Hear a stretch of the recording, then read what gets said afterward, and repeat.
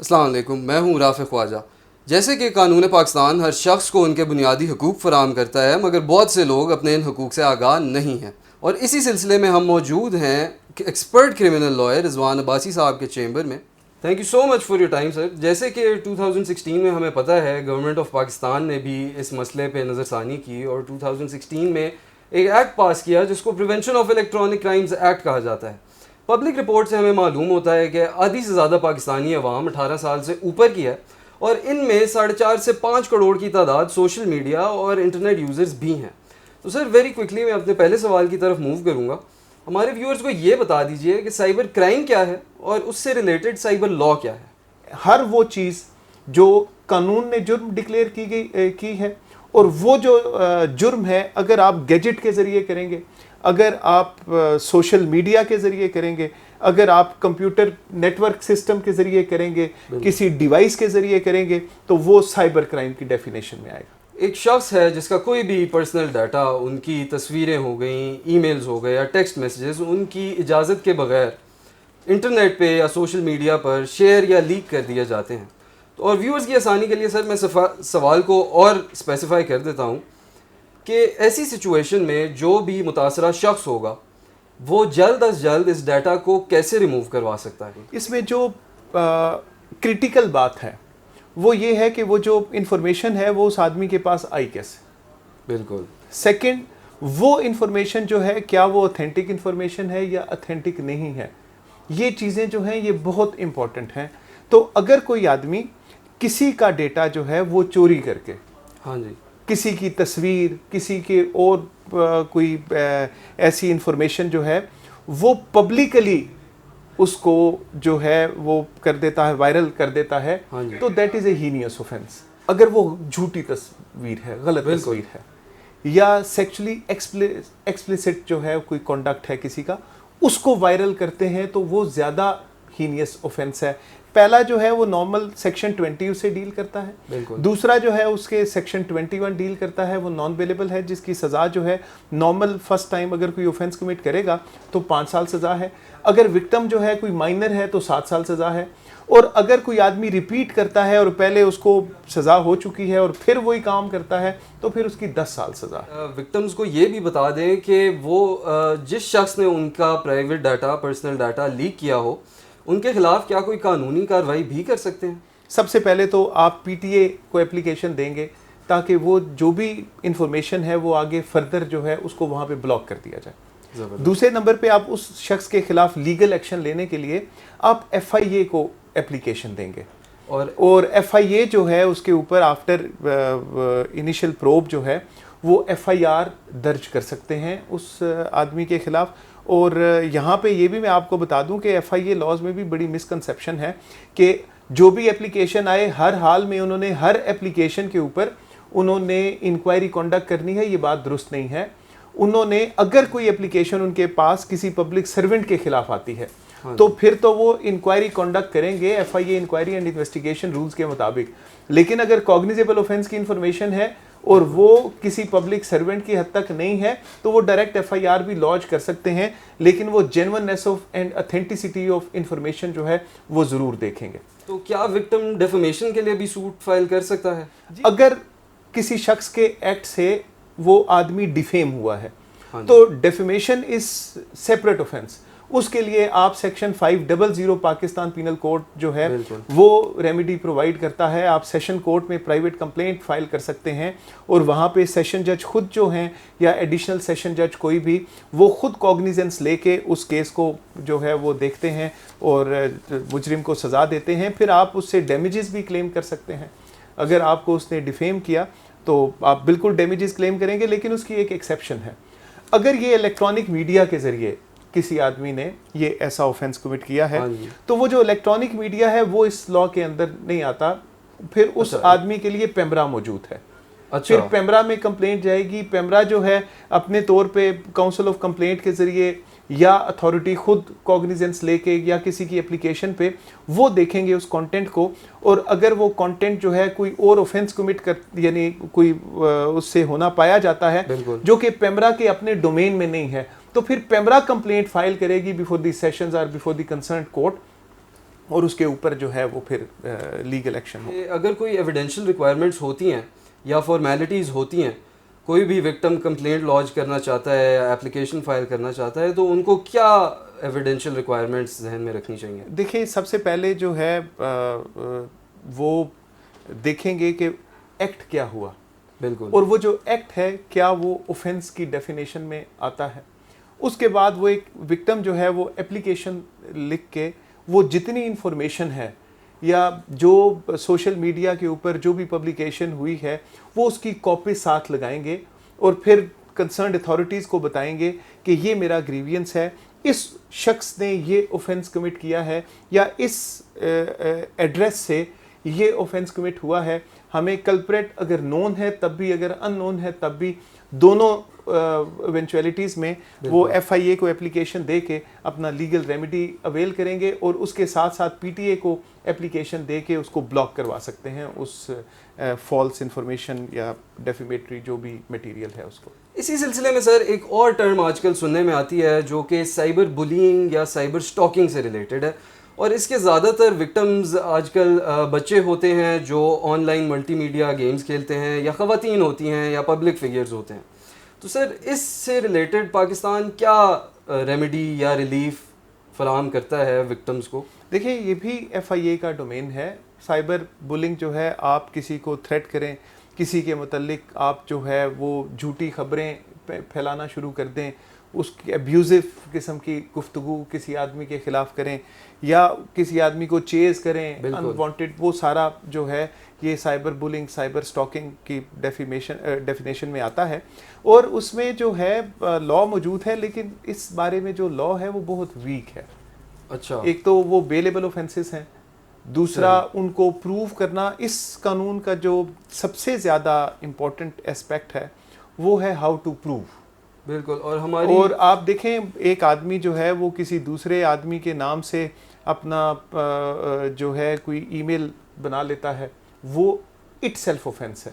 बिल्कुल। अब वहाँ पे अगर प्रॉक्सी यूज़ करके वो जो है कोई भी र्यूमर्स या किसी की तस्वीर या कोई भी ऐसा मवाद जो है वो सर्कुलेट करता है to the public at large, बिल्कुल, तो अब उस तक पहुँचना जो है वो बड़ा मुश्किल काम है।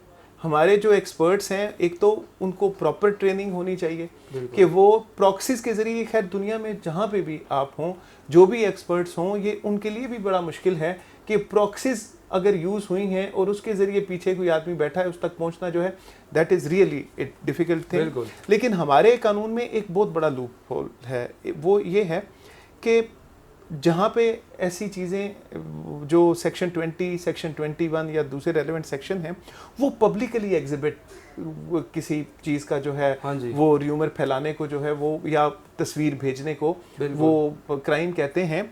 प्राइवेट भेजने को वो क्राइम नहीं कहते।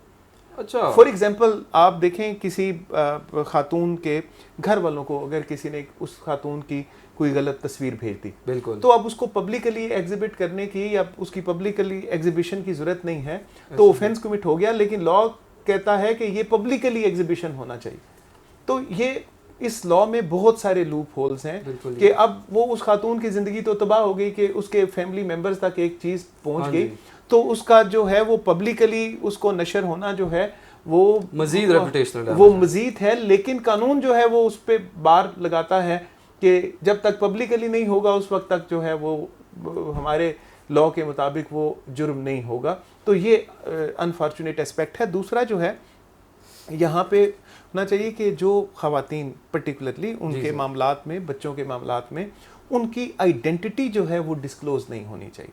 बिल्कुल, इनको इवन FIR में भी वो जो है आइडेंटिटी को FIA हुकाम वो खुद कंप्लेनेंट बन जाए उनकी एप्लीकेशन लेके, और उसमें ये होना चाहिए ऑप्शन कि उस बच्ची का नाम जो है वो ना आए, नाम का पहला लफ्ज़ आ जाए, बाकी जो है वो उनके पर्टिकुलर जो हैं वो डिस्क्लोज ना हो, तो people will feel more secure. किसी दोस्त के लिए आप जान दे दें, लेकिन अपनी गैजेट किसी के हवाले ना करें।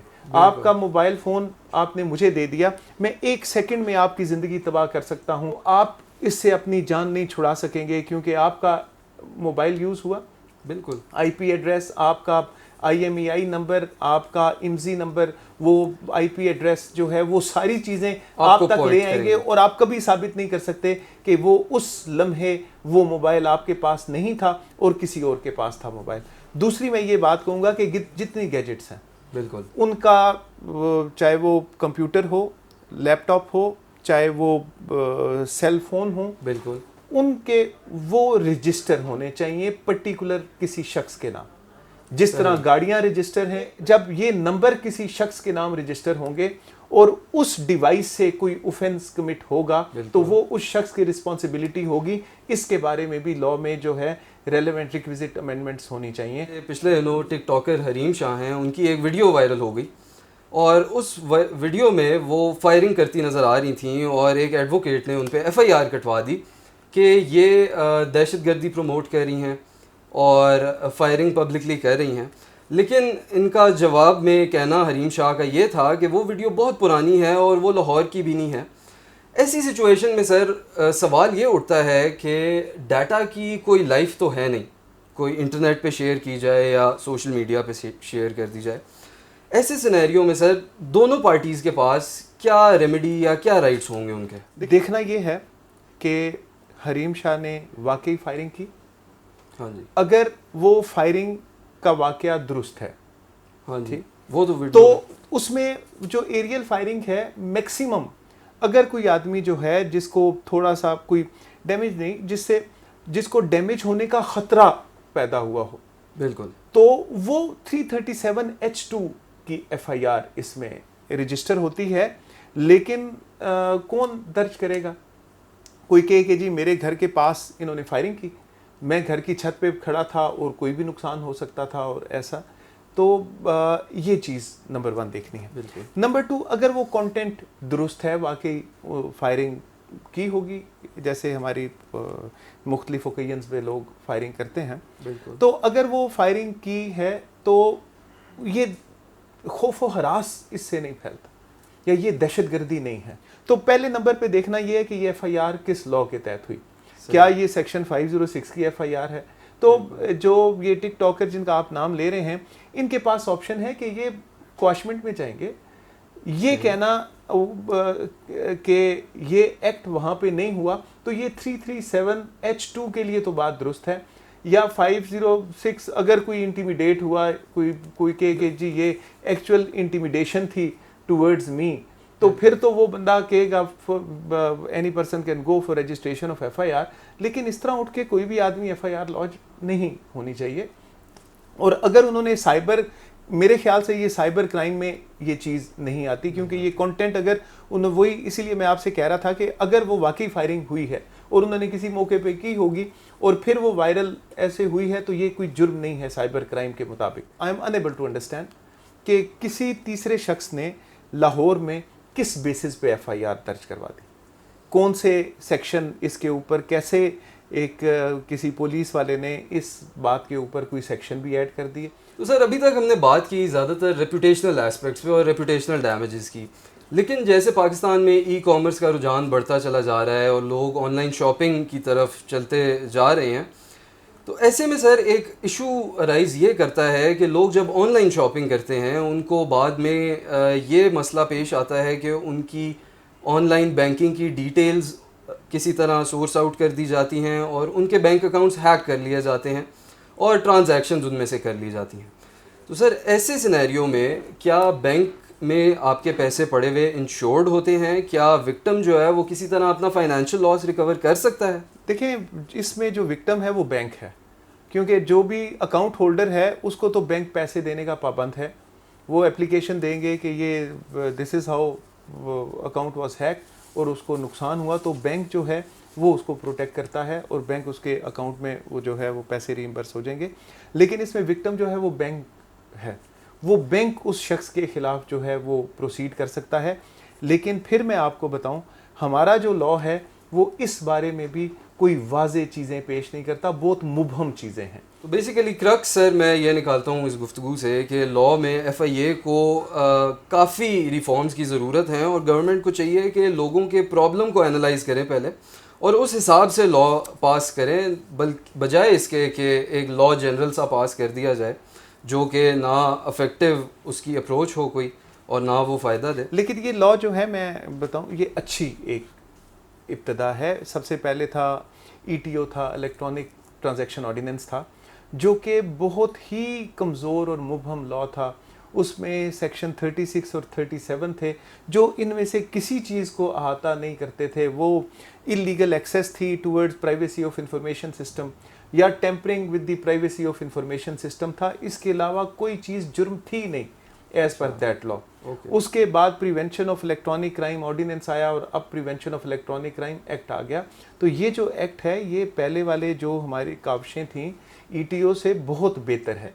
और सबसे इम्पोर्टेंट जो है वो मैं जो चीज़ समझता हूँ कि कमज़ोर से कमज़ोर कानून अच्छे ईमानदार हाथों में हो तो आप बहुत बेहतर रिजल्ट लेते हैं। अच्छे से अच्छा कानून करप्ट हाथों में आप दे देंगे तो उसके ड्रास्टिक इफ़ेक्ट्स होंगे। Thank you so much for your time and information sir. इंशाल्लाह ये सिलसिला कानून की आगाही का जारी रहेगा and we will see you again in a new episode. Thank you.